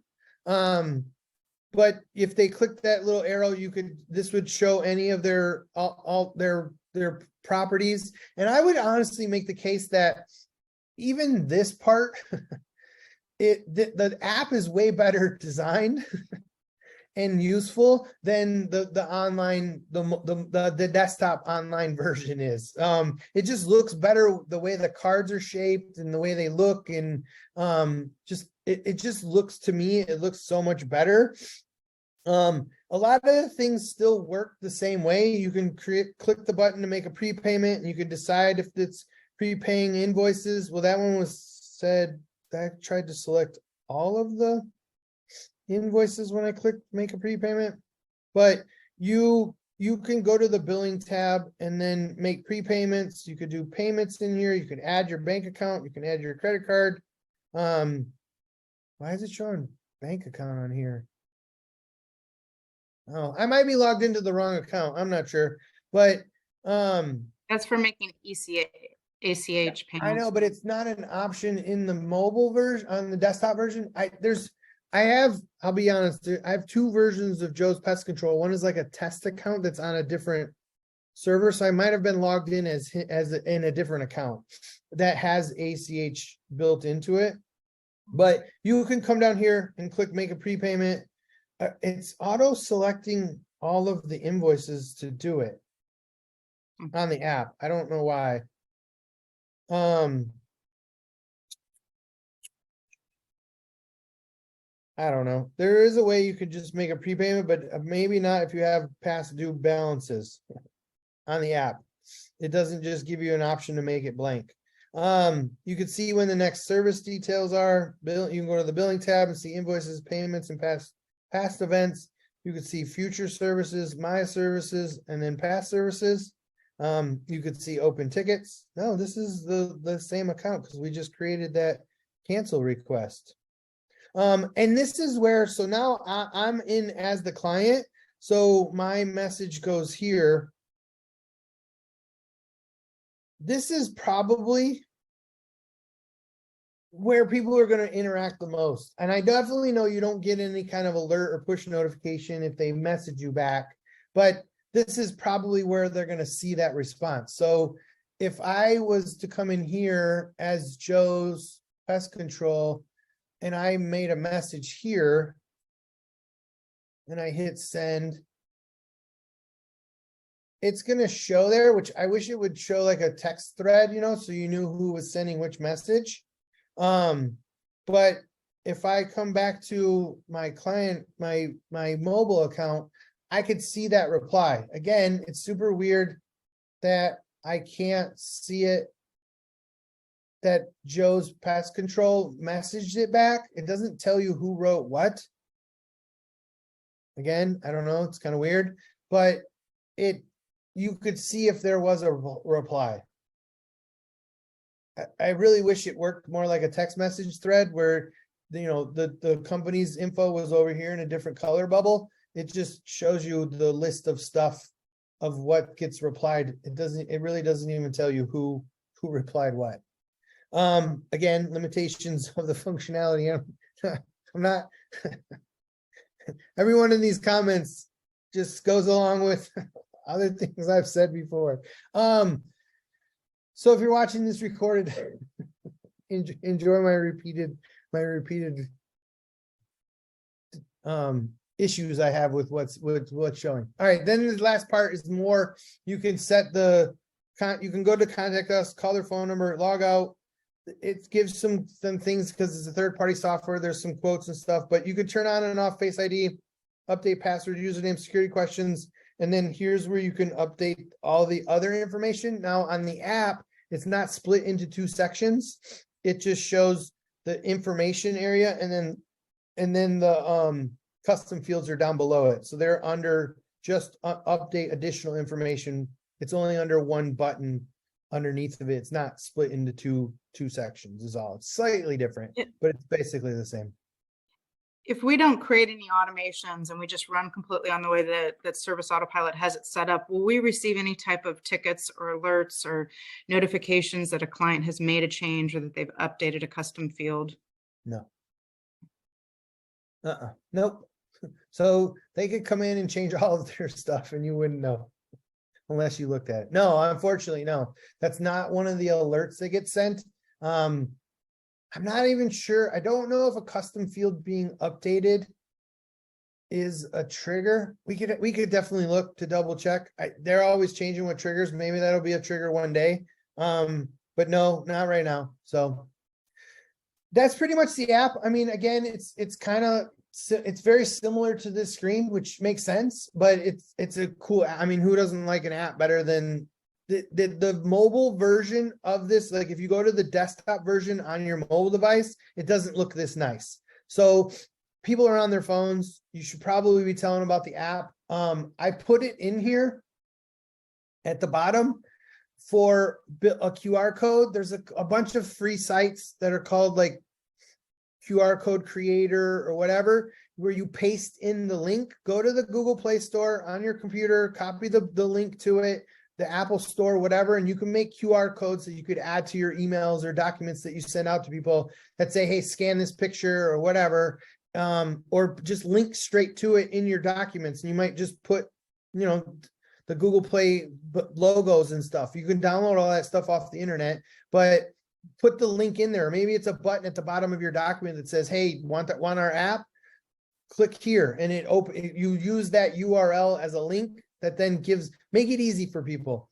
Don't make them go search for SA managed service. Do the search for them and paste in that link from the Google Play Store, because it'll just save you time. If they're using this app, they don't have to remember their username and password. They can just log in automatically. It makes a lot more sense that they could keep it right in an app, and then it shows up. Like I have it right here on my phone. You know what I mean? I go to finance, and if I log back out, so let me log out and I'll log back in as me, because the company that I use to cut my grass, uses Service Autopilot, but they also use, so they're called Chorby, but they use the client portal. So this is where I go and look and okay, I don't have to pay anything. I can change my payment information. I could add a bank account if I wanted, which I didn't know. They must have turned that on for this spring, but you could see all of my past invoices. They don't have, oh, they do have past. They must have just turned this on. But here's what you see as a customer. So last week, on the 23rd, they cut my grass. On Thursday, the weekly mowing, and Gustavo Mondragon came and cut my grass. So I could see what services I have, weekly mowing, and I can change past. If I wanted to, I could request they have a client request, so I could click on that. I think you could probably cancel service from there. That's what it looks like. They don't have upcoming service from the looks of this. They don't have show upcoming services turned on. So I can't see what's upcoming, but I could see all of my billing and service past history and what my services are. I could update information, and let's see, they don't have any custom fields turned on. They have Facebook, LinkedIn, and Twitter here, their phone number, their email. So as you can see, like, it's super useful. I honestly use this if I need to change my credit card. I don't call them anymore. I just log into my client portal app and I change it. So get used to using this. Try and get your clients to use it. Again, if you got a lot of commercial stuff, Gabrielle, you might want to limit who gets it. And that's what we'll talk about next, is setting up users. But just don't send them an email and don't tell them about it. If you decide later you want to tell them about it, then show them how to log in and they can access it. But you don't have to give anybody access if you don't want to. You just don't tell them about it. Again, they could stumble upon it if they got to that right URL and got there, and I think they could create an account, but it's not good. They need a registration code, so it needs to start someplace. Can we see into a client's portal without having to use their username and password? No, Just you to, can't. But nothing that you see in there, it just shows, like, you would just go to their client account. So for like this Bill Grabley guy, nothing that's in here that he can see. It's nothing. He can't see anything in here that I can't see by going to his client account and just opening his client account. Does that make sense? So there's nothing in there that he can do other than his password and stuff, but that's managed inside the app. So there's nothing in there that you would need to see that he can see. Does that make sense? well, like right now, we don't have any history, right? Because we're still building this out. But our storefronts are pretty a lot of services. So I would prefer to be able to see what our largest customer is seeing, what the data looks like, and if it's confusing or if it makes sense to them before I actually distribute it out to them, or, provide it as a service to them to view. My recommendation there would be, just like we do with everything else, is have a test account in your system that has their services mimicked. And maybe you have to complete some I'm services. trying, but it's a lot. Yeah, I mean, honestly, that's I'll really do the only way to know, and for your own instance, that what they're going to see is exactly the same, because they're not going to give their username and passwords for you even to be able to log in. You used to be able to see that in Service Autopilot, so you could log in as your client. But because we don't handle the password part, you have no way of accessing that. So that's the only way you're going to see what they see, is to build a test client for yourself and play with it, unfortunately. So, all right. So the last parts that we're going to cover, and let me pull up my preview again, just so we have it in front of us. And I'll try to lump some of these together, but you have a guest, and I might skip around a little bit. But you can see, if you've been using it, you can see pretty quickly. In fact, I'm going to, before I set up creating a test account or a user account, but you can see from your client list who is using the client portal. And if you go to clients, CRM clients, there is a tag here. So if you just type in registered for client portal, it's not a tag, I mean, it's a filter. I said that wrong. Registered for client portal, and you can select by registered or not registered. So if you want to see who's registered, you can click search. And in this case, it opened the client because there's only one. If you're not registered and you search it, it's going to show the rest of your clients. And so, Gabrielle, in your case, you're probably going to have most of yours without. If you had a bunch that were registered, you would see that. Again, from the client screen, when it's opened, you could see it pretty quickly on the client screen. So it would say registered for portal here at the top, and it would say it. And if you clicked edit on the client and went to the details section, you're going to see a username here. Now, you can see that information because they've asked for it. They've set it up in their account.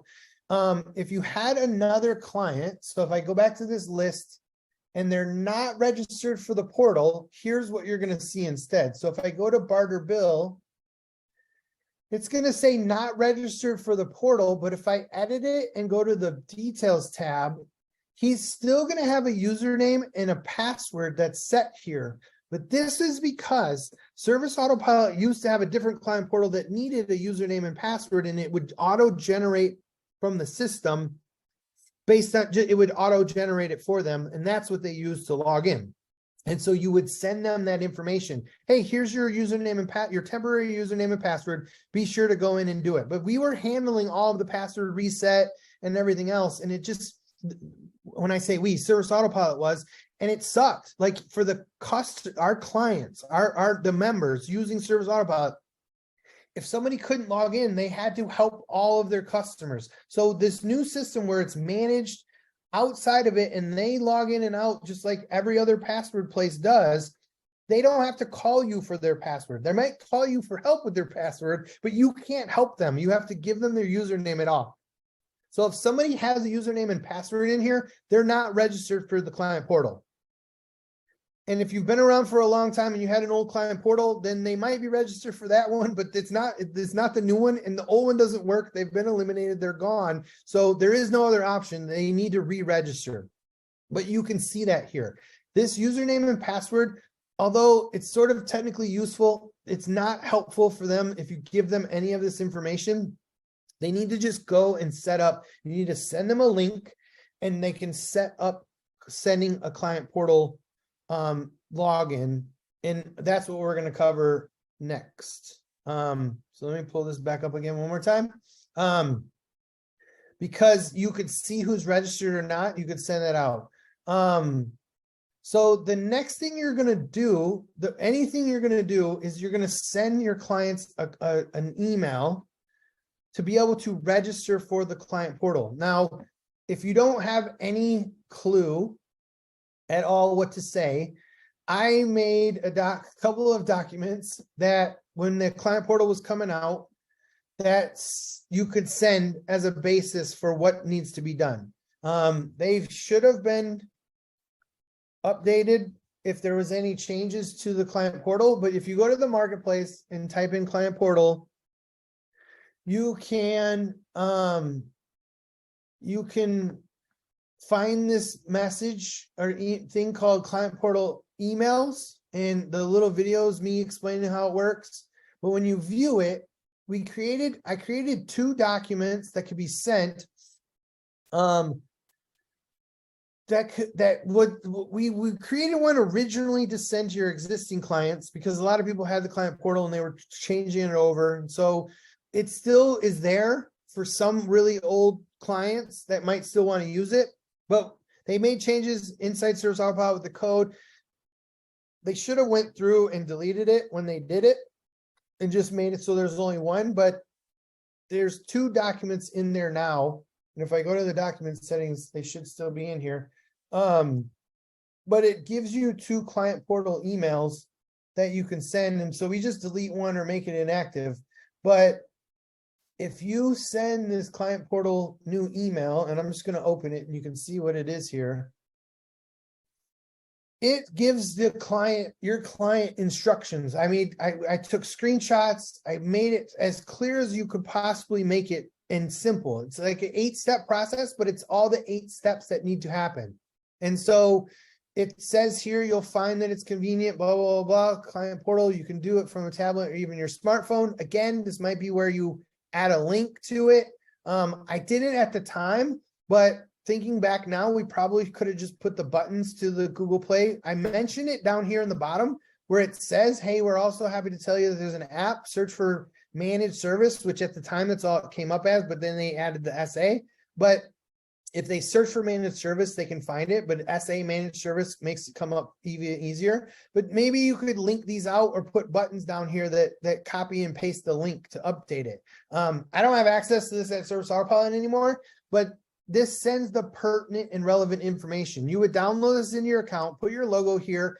This portal registration link sends it automatically. You don't have to do anything with it. This is called a merge tag if you're not totally familiar with it, but it sends it automatically and it creates a custom link for that client that's linked to your Service Autopilot account that when they register, it pulls up their customer data and starts with it. So you would send all this and it explains what they need to do, and it autofills the registration code and tells them to set up their username, gives them an idea of all the different things. So this is a really good starting point. Gabrielle. On the RBS 03, the new client welcome email that you all provide, there's a section that says your unique login information for the client portal is as follows, and it's a merge tag for username and password. Is that obsolete then? So yeah, it should be. And that be edited out? Actually, if you want, make a list, but yeah, I might be able to send you, or I think what happened was we made changes in the RBS email because I'm the one that noticed it, but I don't think it got, I'm going to make a note there. Okay, that needs a new updated client portal merge link. Well, it's got this link in it. Yes, instead, but you could go through, and you know what, if it reminds me, I'm just going to put a note in our card. I'll paste in the paragraph that we use now, and you could just replace the whole client portal section. And you can just put that in there, because I think what happened was the old document still attached, or the wording of the old document is still attached to that download inside the automation. I'm going to make a note here. Sorry. So yeah, that's the RBS 03, the new client welcome email. Yeah, client portal paragraph we use now for RBS 03 welcome email.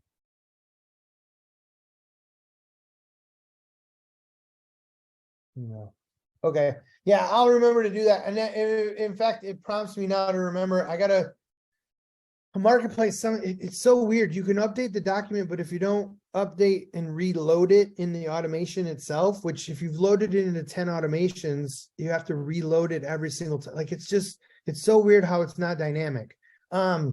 It doesn't change when you go to download it the next time. It's literally so weird. But great point. Because I do need to make a note of that, because other people, when I download it in other people's accounts, I got to change that paragraph every time. But this makes it easy for your clients, and it should send it off to them. Registration should be pretty simple. I will tell you that it's almost next to impossible once you've created an account to then create a bunch of other ones. So I can't show you what it looks like on my accounts. Like even if you go through like incognito mode and things, there's just different ways.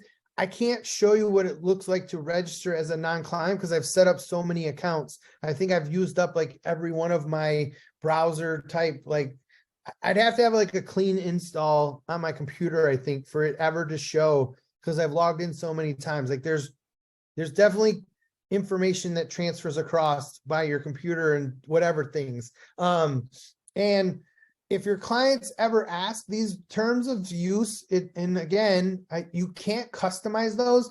Those are the terms of use between the party that they're using, which is the managed service stuff, and Service Autopilot. They just make your customers agree to those terms. Again, super weird. I fought hard for them. Like the legal department was involved, and they're like, no, this is what it needs to say. And I'm like, but that's not a term between your clients and you. It's between the people who are paying for the client portal and Service Autopilot and managed service. Like that's what your clients are basically agreeing to. It's so weird. But they have to agree to it, or it won't send it. The only option that they have to ability to check in there is I would like to receive email and text notifications. So they're asking there, which again, I think was the stupidest place they stuck it, but they're asking there for you to opt into email and text communications. This is where they're sort of opt into communicating with us. They stuck that in there in the client portal registration. Super weird place. But that's not required for our automations to be distributed, correct? No, it's not, but if it doesn't opt them out by default, it's really weird. It was for a while. It was adding the do not market tags. I don't know. I think they fixed it the last I checked. It kind of got buried. I'm just gonna be honest. I mean, I'll give you a sneak peek behind the curtain. It never got addressed. Everybody, it won't come up. Or if the Service Autopilot customers didn't call and complain, after a release, they just don't care. Like if it was something we caught internally and was like, dude, this is weird. If not enough people called and complained about it, they never even looked at it again. So, weird. But anyway, the hard part there is I'm posting this on YouTube, so I might have to edit that section out. I'm not going to, but yeah, whatever. So, yeah, so I gave the email. It's coming from Service Autopilot now, but I created this when that first came out, so you could set up and add the client. That's the easiest way, is you send them that with the client portal link. The other thing you can send them, if you go click here and click email, and you go to the personalized field, there is a client portal. There's a client portal link that you can put here. There is a merge tag for client portal password, but it sends that old, if they've registered for the new one, it won't send a password at all. If it doesn't, it sends the old password that was auto-generated and it's useless. It doesn't log them in. But if you send them client portal sign up, that's the client portal sign up registration link that they need. That's in the original email. If you're building your own, then you need this link, client portal sign up. And that's what it loads, is portal registration link. The other one that is useful is your client portal link itself. So this is where I mentioned at the beginning, if you don't know what your client portal link is, email yourself this email with the client portal link attached to it, and it'll put the link in the email, and you'll know what your URL for your client portal is. Then the last one that's useful in here is client portal username, because that will send them their current username. So if somebody sends an email that says, I can't log into my client portal, I need to be able to log in. When they are logged out, if they click forget password, which I don't want to go through it, but it asks for their username. Now, most browsers save that, so it should auto-fill. If it doesn't and they need it, then they might ask you for it. But if you reset it, then it's going to go through the reset password function. And I don't really want to do it because I got a ton of accounts tied to this. But if I reset the password, it's going to ask for your password security questions and all that kind of stuff to be able to reset it. But you don't handle that at Service Autopilot anymore inside your account. They need to go and do that themselves and log in with their username. If they forgot their password, just have them click that, and they should be able to get it reset and then log in, and then that new password will be what they need to remember or log in automatically. That's pretty much it as far as sending off, any of the merge tags that are useful. Again, the registration link, and even before we found, so if they're already registered and you send them the registration link, it's going to take them to the login page, essentially. So if they're already registered and you send them the registration link to go there, it's not going to break stuff. It won't let them create a brand new account. It'll ask them to log in. If they've never been there before, then it'll ask them to log in. So that's why there used to be another email that sent old people who had a client portal access account that they could start with their username and password to get their registration code, technically. That would then get them into the part where they could add their new username and password, but they had to reset it anyway. And so what they ended up fixing was they just send it to where if they send everybody the registration link, and they've not registered before, it'll log them in and do it the right way. Gabrielle?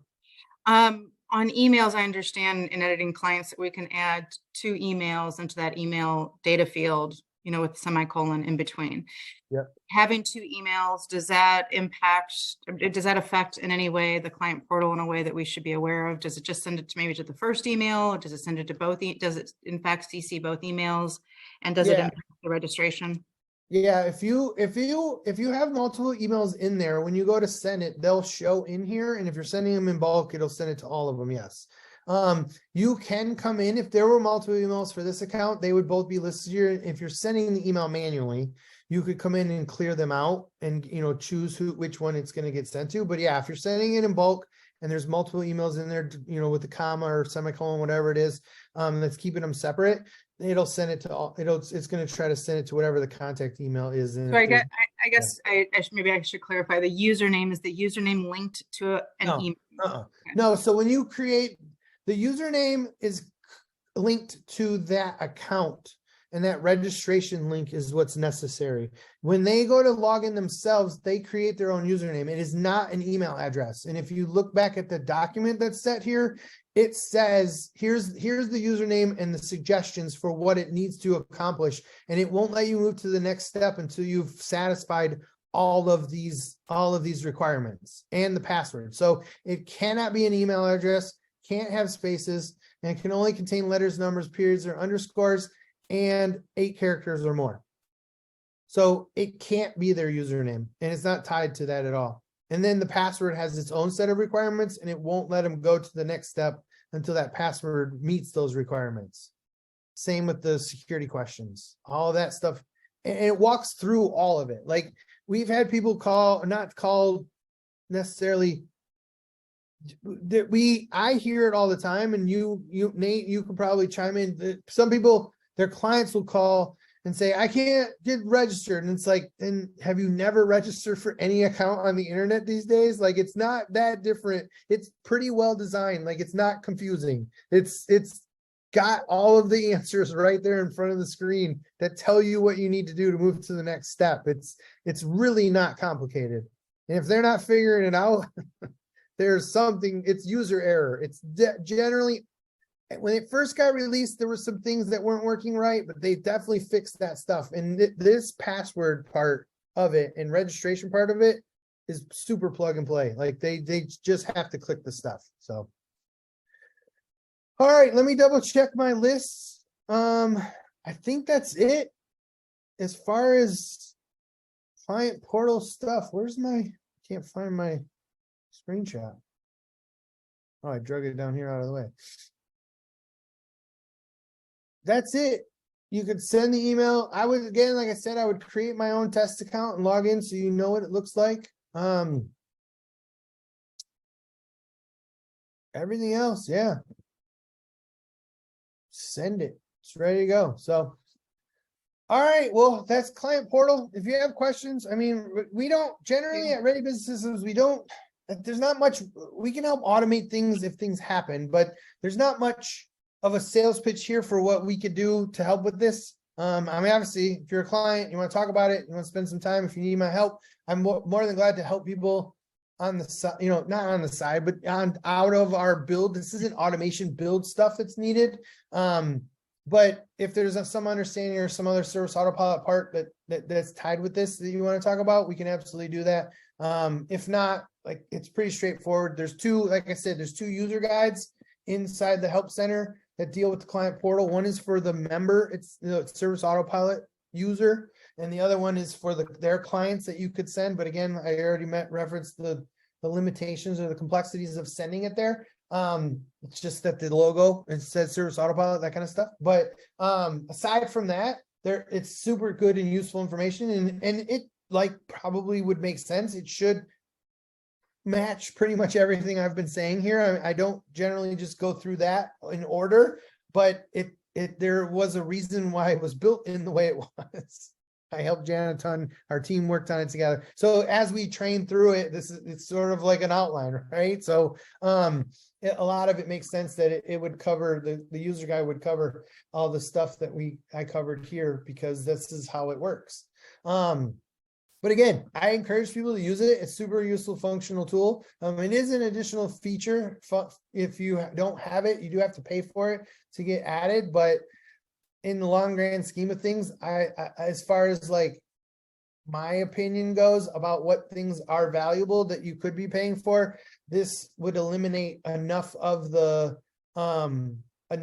communication issues sometimes that come up with clients that they can handle a lot of this stuff on their own without your interaction.